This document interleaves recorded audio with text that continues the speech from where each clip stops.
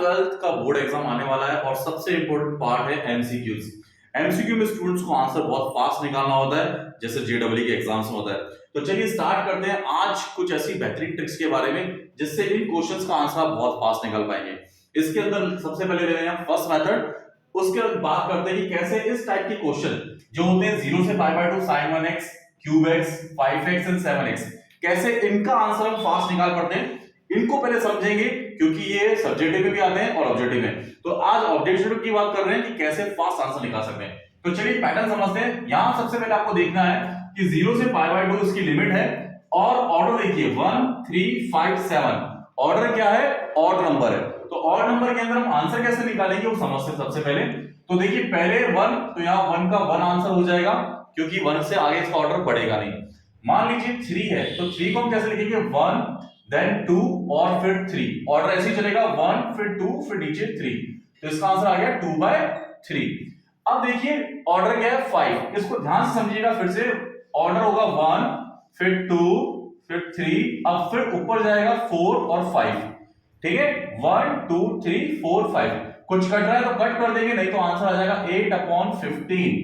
उसके बाद बात करते हैं 7 की। तो देखो 7 में भी हम चलेंगे 1, उसके बाद 2 फिर 3 फिर 4 5 6 और 7 तक है। तो फिर से ऑर्डर देगा 1 2 3 4 5 6 7। अब 3 2 6, 2 2 4 4 4 16 और नीचे आ गया 35। तो इसका आंसर आपने देख लिया, बहुत जल्दी विद इन 10 सेकंड इसका आंसर आप निकाल सकते हो। ओके, तो नीरज समझ में आया आपको ये? Yes sir. ओके, तो चलो अभी देखते हैं इस मेथड को हम प्रूफ भी करके देखेंगे कि क्या ये जो आंसर है वो वाकई लॉन्ग मेथड से इसका आंसर वेरीफाई करता है कि नहीं। तो नीरज आपने इसका आंसर निकाल लिया था लॉन्ग मेथड से, चलो इसी क्वेश्चन को हम वेरीफाई करके देखते हैं कि क्या वाकई ये जो मेथड है इस पे काम करेगा या नहीं। तो चलिए सबसे पहले इसको इरेज कर देते हैं और उसके बाद समझते हैं कि क्या ये मेथड वाकई काम कर रहा है या नहीं।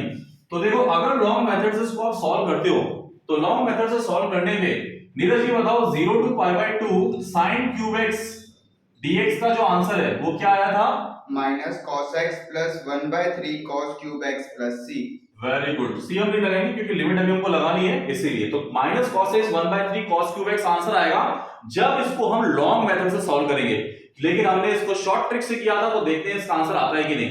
अब आपको पता है कि जब इसका आंसर आएगा तो हम इसके ऊपर क्या लगाएंगे, लिमिट लगाएंगे। क्या लगाएंगे, लिमिट। तो लिमिट क्या है 0 से π/2 और लिमिट हम लगाते हैं fb माइनस fa, मतलब पहले क्या आएगा ऊपर की अपर लिमिट फिर लोअर लिमिट, तो पहले पुट कर देते हैं। तो हमने यहां पुट कर देना है माइनस cos π/2, उसके बाद प्लस 1/3 cos क्यूब π/2, उसके बाद माइनस का साइन आएगा तो ये माइनस माइनस हो जाएगा प्लस cos 0 और उसके बाद आ जाएगा माइनस 1/3 cos क्यूब 0। ओके, तो हमने एंगल रख दिया है। अब cos 90 की वैल्यू क्या होती है नीरज, 90 की वैल्यू क्या होती है 0, तो cos 90 का वैल्यू हम रख देंगे 0, तो ये हो जाएगा -0 प्लस 0। इधर cos 0 का वैल्यू होता है 1, तो हमने लिख दिया 1, इधर हो गया -1/3 क्योंकि cos 0 का वैल्यू क्या है 1। अब सिंपलीफाई करते हैं, तो 0 से 0 को किया ऐड तो 0 हो गया।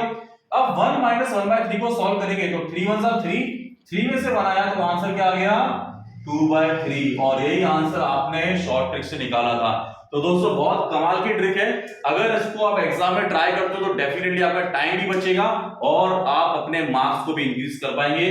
तो मिलते हैं एक और नए मेथड के लिए, तब तक इस मेथड को समझिए और प्रैक्टिस कीजिए। Thank you.